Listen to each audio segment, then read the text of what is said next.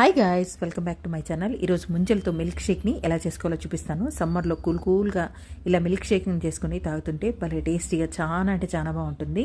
So తప్పకుండా మీరు కూడా ట్రై చేయండి. సో ముందుగా అయితే ముంజల్ని ఎలా ఒలుచుకోవాలో చూపిస్తాను. ఒక ఫోర్క్ని తీసుకొని దాని బ్యాక్ సైడ్ నుంచి ఇలా ముంజల్ని క్లీన్ చేసేసుకోండి. నేను చూపించేలాగా ఎన్ని ముంజలనైనా ఈజీగా చేసేసుకోవచ్చు. సో ముందుగా ముంజలన్నింటినీ ఒలిచి ఒక ప్లేట్లో పెట్టేసుకోండి. ఇప్పుడు ముంజల్ని చిన్న చిన్న పీసెస్గా కట్ చేసేసుకొని ఒక ప్లేట్లో పెట్టి పక్కన పెట్టుకోండి. కాచి చల్లార్చిన మిల్క్ని ఒక గంట సేపు ఫ్రిడ్జ్లో పెట్టి తీసుకోండి.